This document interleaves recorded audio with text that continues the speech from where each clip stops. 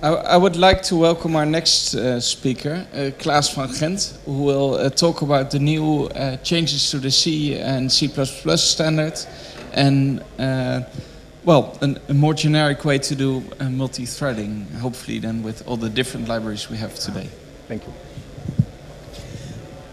One correction, I'm not going to talk about C, except for one line on the slide.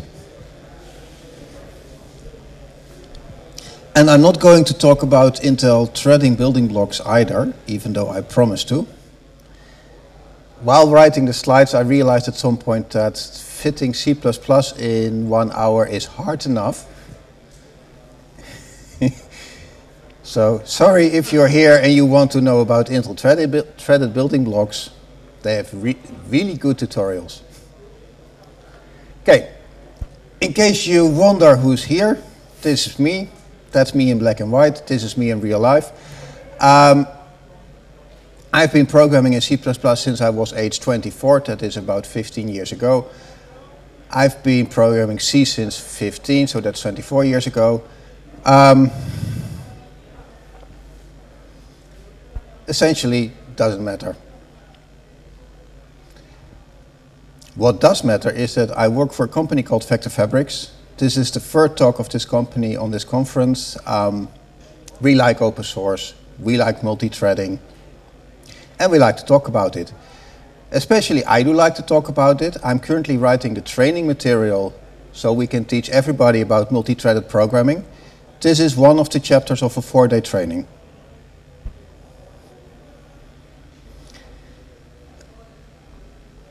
In case anyone doesn't notice, C++ has a long history. It started in 1979.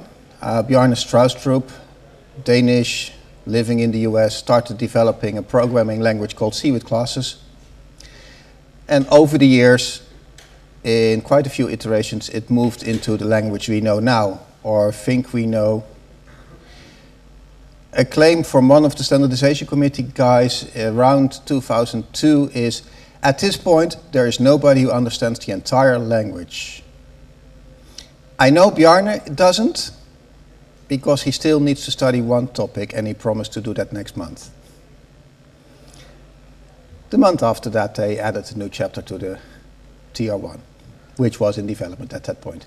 So, it's a large language. Currently, the specification is, I believe, about 800 pages. That's a lot. Do you need to know all of that? Well, fortunately you don't, unless your neighbor does, because in that case you have to understand what he wrote. It's like Perl, just with less complex syntax. And of course, you're not the only one who needs to understand the language. Your compiler needs to understand the language. Don't laugh. Right now, there's not a single compiler yet that understands the entire C++11 language. Herb Sutter claims Microsoft Visual Studio 12 comes pretty close. One of Herb Sutter's close friends,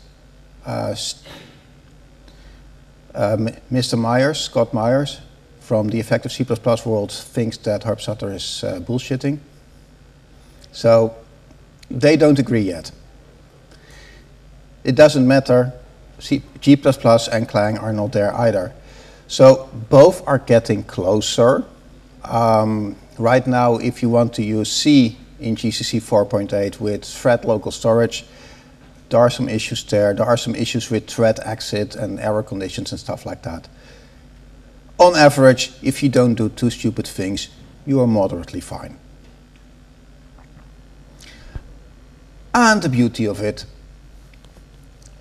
the same guy who did multi-threading support in C11, so that's the time I'm going to talk about C, the same guy also did the C++11 multi-threading support, which means that exact the same code constructs work in C and C++11, and if you start a thread in C++11, you can use C constructs to actually figure out stuff about that thread, etc., etc. It's mutually compatible. Of course, it wouldn't be C++11 if they did everything entirely different. So, instead of using a struct and a function that acts on the struct. Everything has to be in classes, everything has to be in templates, everything has to be in lines that are at least 25 characters, 125 characters long, but that's what comes with the language, of course. Oh, one minor thing, even though officially the language doesn't depend on pthreads, don't ever forget linked against the pthread library, or you'll get very weird errors. It compiles, it links, it just won't run. So let's use a very simple example. Hello world, using threads. I have a function call that will print hello with a number.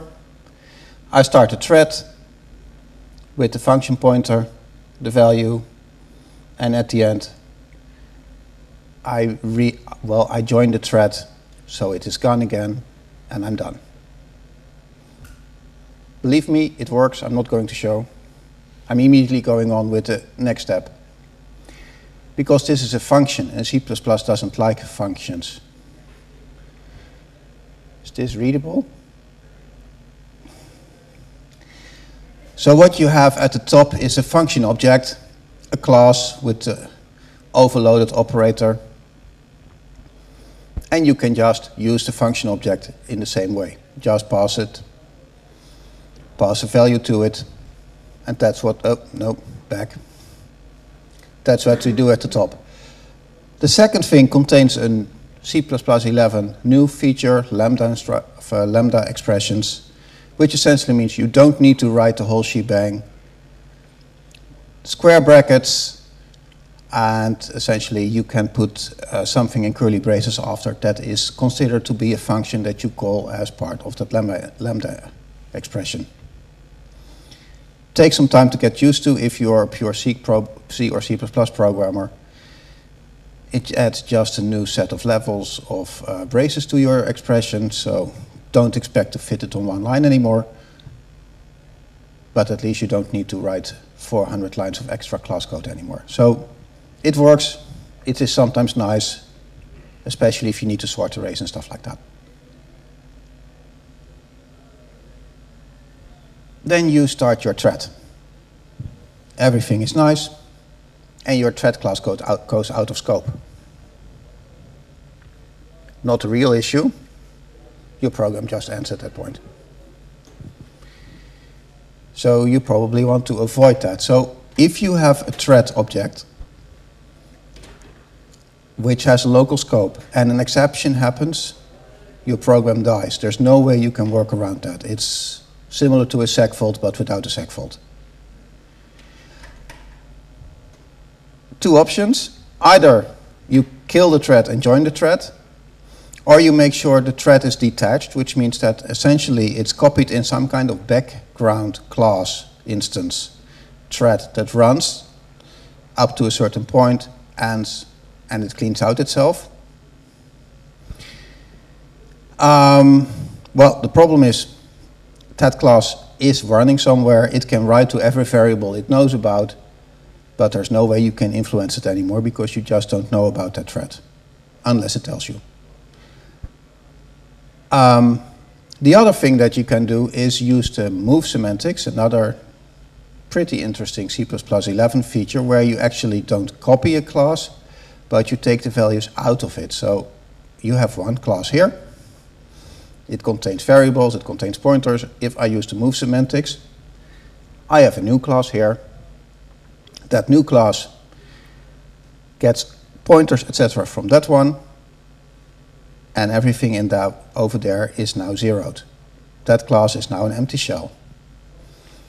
This gives very interesting features with respect to container classes, for example. And also in the case of threads, it's really moving it around. That thread has now become an empty shell. I'm the one running.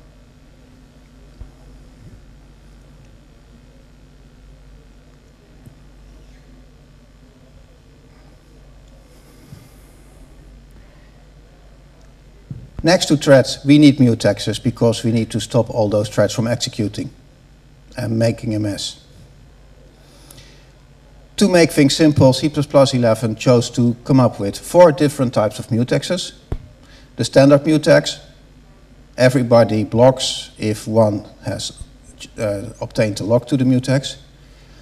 A second mutex, timed, so if that one is blocked, I will wait until either, well, pig started flying or until a certain amount of time has passed. But I can at least, thanks to the new C++11 mechanism of chrono libraries, I can detect, well, there's now a specification up to microseconds accuracy. You can specify either a time point or a duration, which wasn't standardized in the language before. And again, so that's available in standard timed mutex.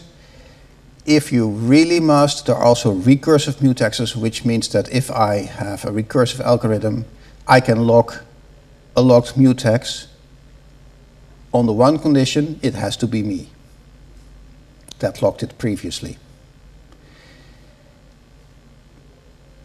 Please put a warning sign in your head if you start using recursive mutexes. That usually means you're doing something wrong.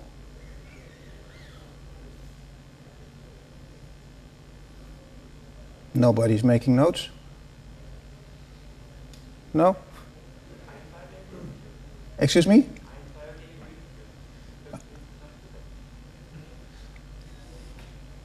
Well, probably I'm the only one who ever did this, right? Good for you. Good audience. You learned the hard way not to do this. Of course I learned the hard way, and you had to debug it. Yes, so I learned by heart. There's some story about why recursive mutexes were added, and that they were really designed for a giant lock. For what? For a giant lock. A giant lock? So you have only one lock in your application, and it's a recursive one. Oh wow, big kernel lock all over the place again. Nah, let's not do that. So again, people repeat after me, recursive mutexes are bad. Thank you. I'll accept this. Next time do better, please. Okay. Of course, C++ can do better. Mutexes have a simple problem. You have a lock, you have an unlock. And in the middle, you throw an exception, right? So you never hit the unlock. Mutex locked forever, program, well, hangs. You've never seen that in real life. Bjarne Stroustrup already published a solution to that in the mid-90s, in which he says, okay, if you are working with mutexes, don't ever use lock and unlock or things like that. Throw the lock into your constructor of a specific object, throw the unlock in your destructor, put that class of an instance of that class in your scope, and as soon as you go out of scope, you unlock the mutex. Nice trick, they even put it in the standard now.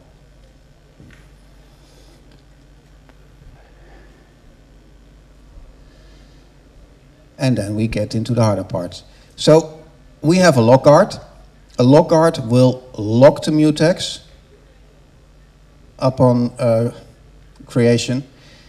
A unique lock doesn't do that if you specify it, which gives another shitload of extra interesting options, like, okay, I can now lock 2 locks at the same time. I can lock 3 locks at the same time, and C++ have additional functionality for that. If you need it, you're happy with it. Otherwise, well, it's there.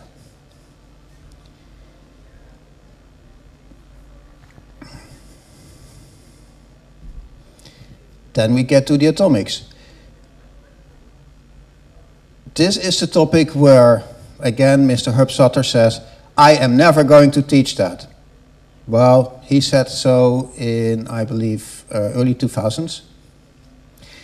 And about June, he said, well, maybe I need to come back from the topic. In July, he said, okay, I'm going to talk about this once. And now he has posted a blog on it. Atomics are an easy topic. If you are a hardware designer, you know already what it is. If you are a software designer, pray you never need to know, at least according to Sutter. Essentially, if you have a multi-threaded application, 2 threads, and this thread decides to take that variable and increase it by 1, it needs to read it, add 1, write it back. If this thread needs to do the same, read it, add 1, write it back, and it does that at the same time, you might wind up in a position where read, write, write, so the total increase is 1 instead of 2. That's what you solve with an atomic, because in atomic you can do the read and the write together, indistinguishable for any other thread. So at least I'm reading and writing at the same time. I will be reading and writing at the same time, making sure we have an increment of 2. Again, this is a new data type, so where in the C standard you have new functions, essentially the existing fetch and add stuff from GCC.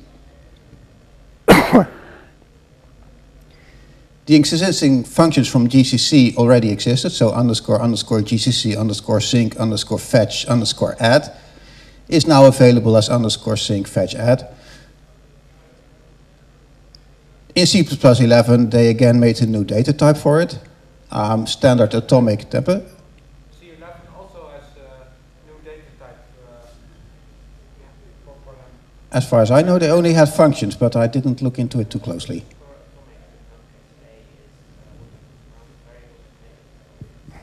This is not working.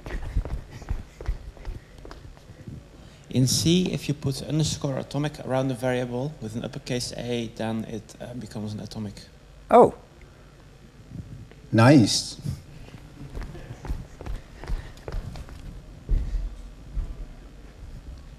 At least in C++, they had to make a template out of it, otherwise it doesn't count. So you have the standard compare, exchange, load, store, fetch, add, etc., etc. And they also overloaded everything else. C++, right? So let's take a small look. I have an int which we make assigned to 684. We add 1. This is a regular int, not atomic.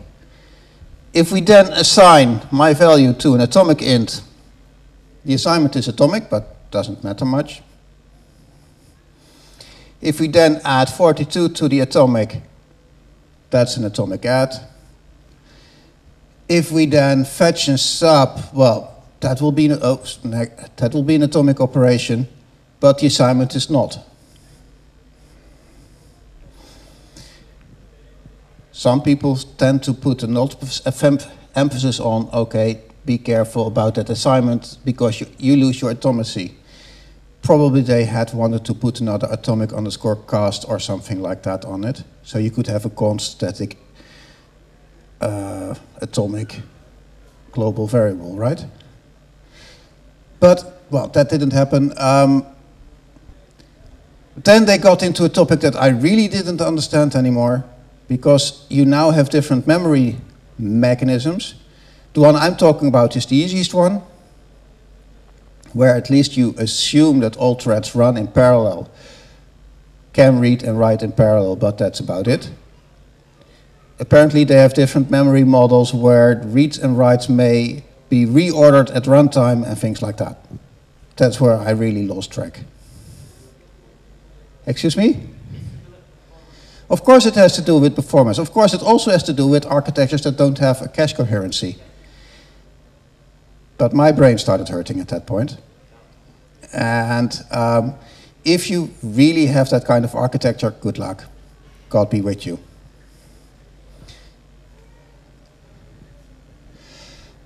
And then we got into the fun part, because this was too low level for the guys who wrote the standard. So they wanted to have a nice, higher abstraction away, because, excuse me? Of course. And anything Java has needs to be in C++, and everything C# has to be in C++. And if possible, everything Haskell or Erlang has to be in C++, but we'll get to that.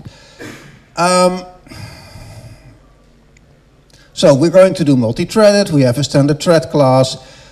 I throw data at the thread class, which needs to remain available. The thread runs, I join it, thread is away, and we're continuing.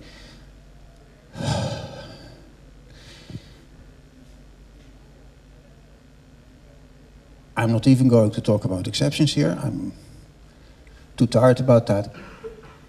If they would have stopped here, probably every new framework would have written a new thread class that tries to abstract it away with its own Qt-like bindings or GTK-like bindings or whatever you want.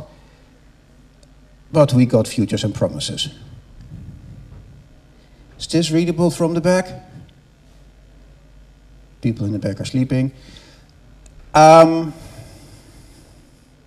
Essentially, we have a listing 5, which goes over all the arguments to a command line, reverses all the strings and prints them. Now we go to C++.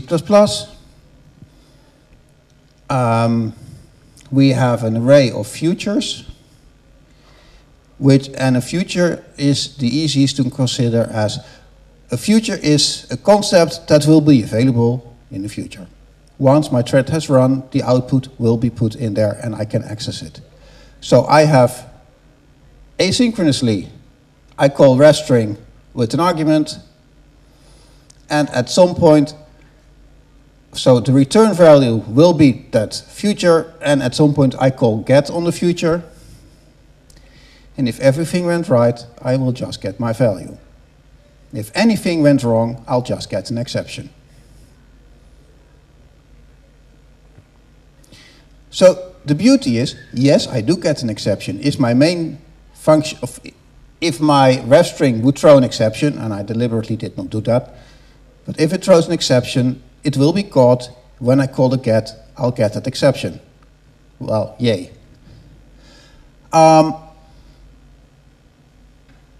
Of course, the standard couldn't be complete without having one tiny complication.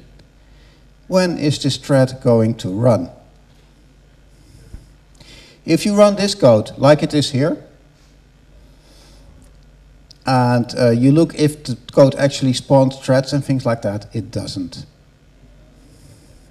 So I have 2 loops, right? I have that first for loop that starts up all the futures, and then I have the second one that reaps everything.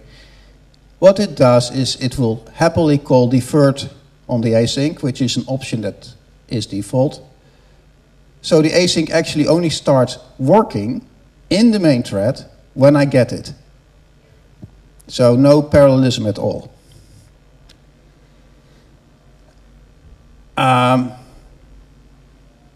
Yeah, well, I'm going to skip this. Async it has a similar notation. What you want to, if you want to fix that, you have to, in the beginning of the async, specify a standard launch async to tell async to really be async. Why didn't they change that? So now I have to type, okay, async, call that with this arguments, this arguments, this arguments. I have to remember that those arguments have to be available for the whole lifetime of that thread ever running. Don't ever make that mistake, because your thread will immediately segfault program ends. And if it happens to throw an exception, well, we'll get it later.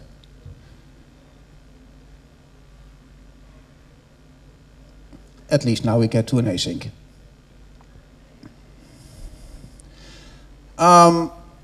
Yeah, async does have a few limitations. You can move it, but that's about it.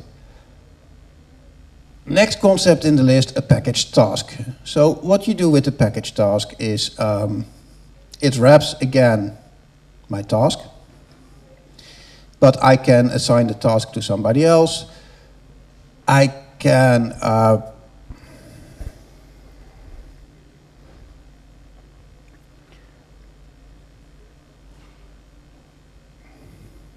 That's actually not on the slide, is it?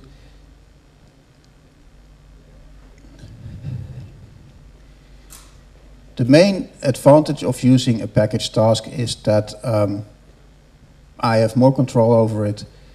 I can assign it, I can throw it around, and still I own it. There's a new mechanism behind it, and that is called a future. Promise.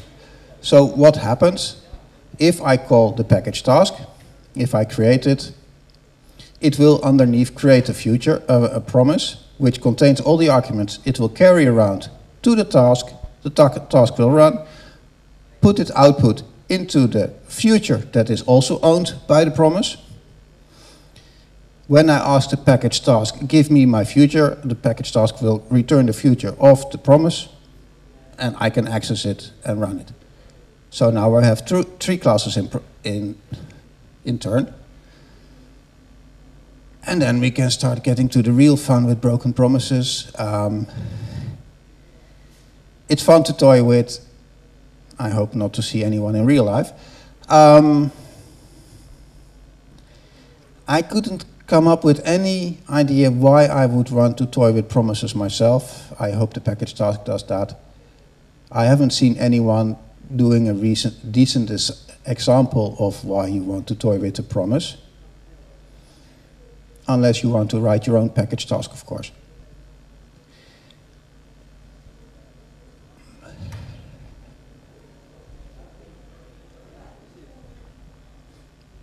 Okay, well, we didn't do enough functional programming yet in C++. There weren't enough paradigms in that language yet. So let's come up with a new trick. I want to sort an array. And I want to sort it in the most complex way I can imagine. So I take something like a merge sort. I'm in the middle. I have an array in there. I have the rest of the array over there. Let's call that my algorithm. So my algorithm gets an array. Something is in the middle. And the recursive part, let's make a future out of this. And the future will get this part, with something in the middle, something high, something low. We'll sort that by throwing it in two new package tasks of futures, sorting it, future. Okay, so by now, if we have 1,000 elements, we have 10 levels of threads, and nothing has been sorted yet. And as long as I don't ask for the sorted output, nothing will ever be sorted. Wait, get me my sorted array. Get task spawn. Everything started spawning, everything started resolving. Your computer freezes. At some point you get the output and you can happily continue. The C++ way of doing functional programming. Don't ever do that, please. If you want to do functional programming, use Haskell. It does have a few other nice things, like if you do have variables, like in an Excel spreadsheet, that do depend on each other, and you don't want to make that explicit, yes, the language can sort it out for you. And what happens if there's a circle with dependency? It freezes, of course. It's C++. It only gives you more ways to shoot yourself in the foot. By the way, if you by now think I hate the language, that's entirely not true. I might have started at the beginning that I really love the language. I just like to be very negative, sometimes. I already spoke about timing. So there is new things like a timed point and a duration in the language. Finally somebody took it up because this was something long overdue. And of course it was over-designed, but that's another thing. At least it works. Summary. And that's not the end of the presentation yet. We're going to have some more fun afterwards. We have new layers of multithreading. So we have basic with threads and mutexes and other fun parts. We have higher levels with futures and promises. And we have a headache. Let's try to see if we can do an exercise with the whole room. How many of you understood what I talked about? Hands? 6, 7. Oh, cool. So, how many of you have been around since 1994 on the internet?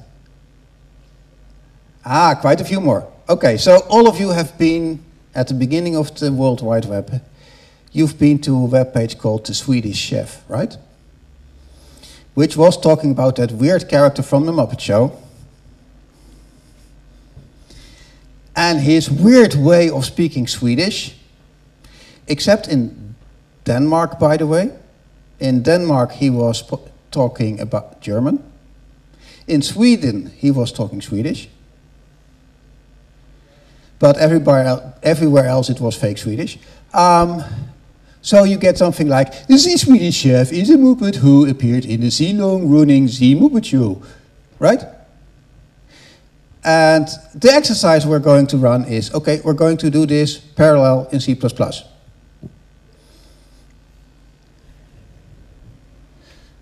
That's all. Well, except for the actual encryption, which is in chef line, which I'm not going to show because that's horribly ugly. What I essentially did is I take every A and replace it by oo. I replace every E by an I, and etc., etc. TH with the Z, and well, you get it. So the only thing we're going to do is we read a file, and as long as the file isn't ended yet, we're going to read it line by line and outputting line by line. How are we going to make this parallel? Do we need to do anything about line 1? Nah, let's not do it like that. First ID, what do we need to do? We need 4 IDs. Let's not. If you include thread, you're a C guy. I am.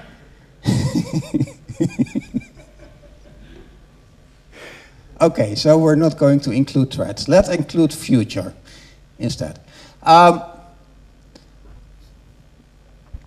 Well, the first thing we need to realize is that we need to split the loop in 2, because first we have to read everything, fire off all the threads, and then we have to reap all the benefits and print it out. Because otherwise, if we would read something, fire off the thread, and immediately get it and write it down, you don't have parallelism, right? So that's why we need to split it up. So we have 2 loops. More things? We'll need to use something like async and futures and package tasks. And I'm not going to try anyone to spell it out from the top of his head without making any mistakes. Ah, and indeed nobody dares.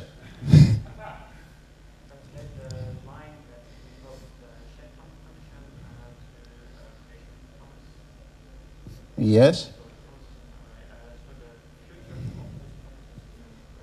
Yes, so let me repeat that for the recording.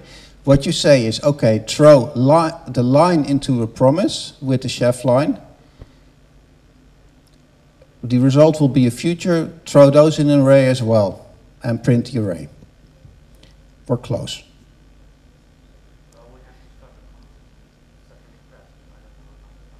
Yeah.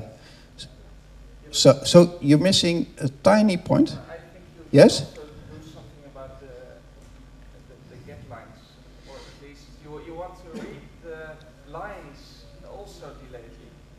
Cool.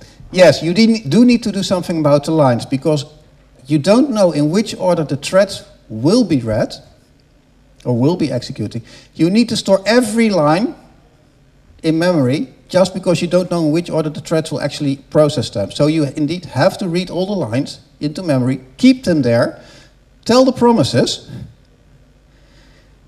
then you can start the threads, then you can reap the benefits and print them. But I think you can start, let's say you can put something into a promise when you have read the corresponding line. No. You can't. You have to read the whole buffers. The promise does not copy data around or anything.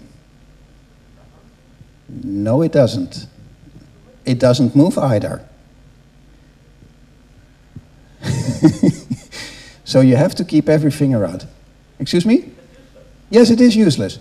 So that's why we get up to this amount of code.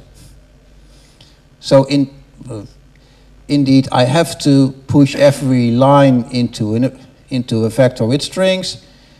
Then I can indeed async launch everything with the last line I'm aware of. Then everything runs. And I have the other one. Oh, look how I used range space 4, another feature in C++. And I throw everything out to standard out.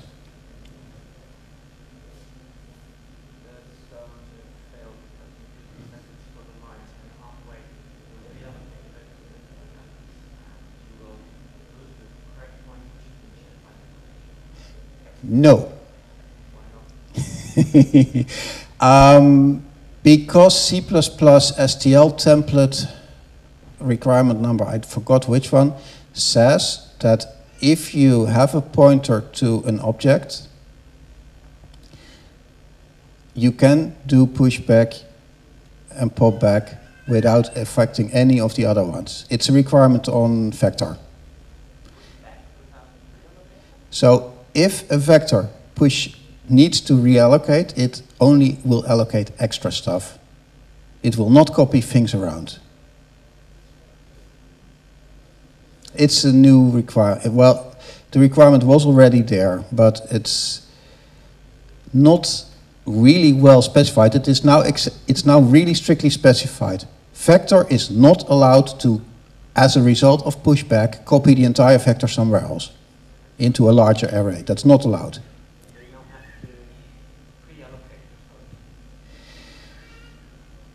You never had to, and you were never allowed to assume that the vector was contingent in memory anyway. But that's why this is safe. By the way, don't ever run insert on a vector, because insert is allowed to throw everything around. But every operation in STL containers now has a specific requirement telling you whether something will affect the existing iterators, will it affect the existing pointers, etc., etc., etc. It's all in the standard now.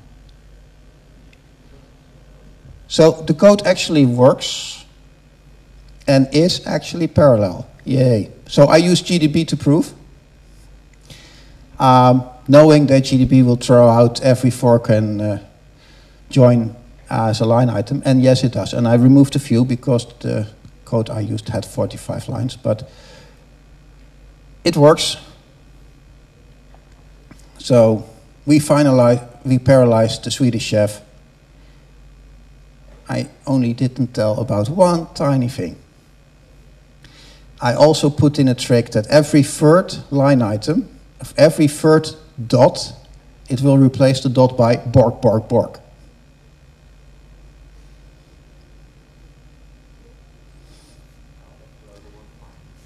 Excuse me? So it's a global variable. I even was smart enough to make it an atomic, knowing that multiple threads would want to write to that variable at the same time. Smart, wasn't I? Yeah,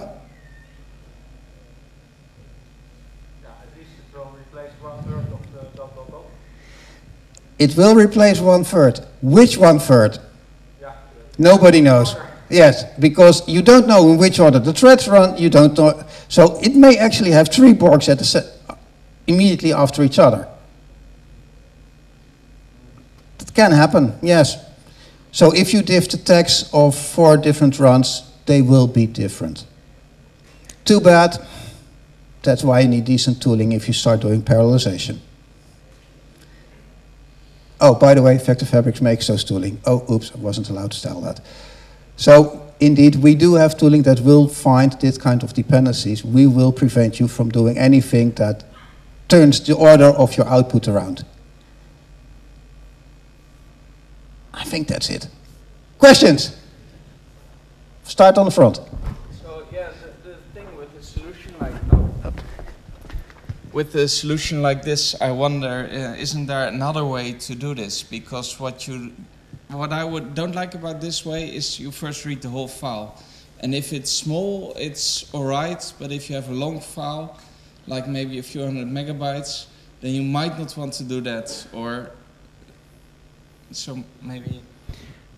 So let's not have the Swedish Chef talk War and Peace out aloud, from Tolstoy. Yes, of course, you can solve it by writing your own thread class that does copy things, but you still would have everything in memory unless you start reaping. Of course, you could do the reaping in yet another thread, so you could start reaping at the same time you are creating, right? That would solve your issue? Yeah, Ashwin was first, unless you want to reply to this. I want to reply to that. Okay. That's,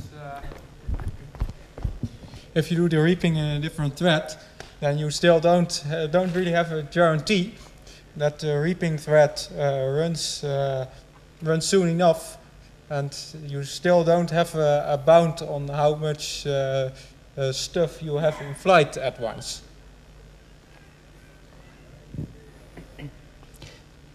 True.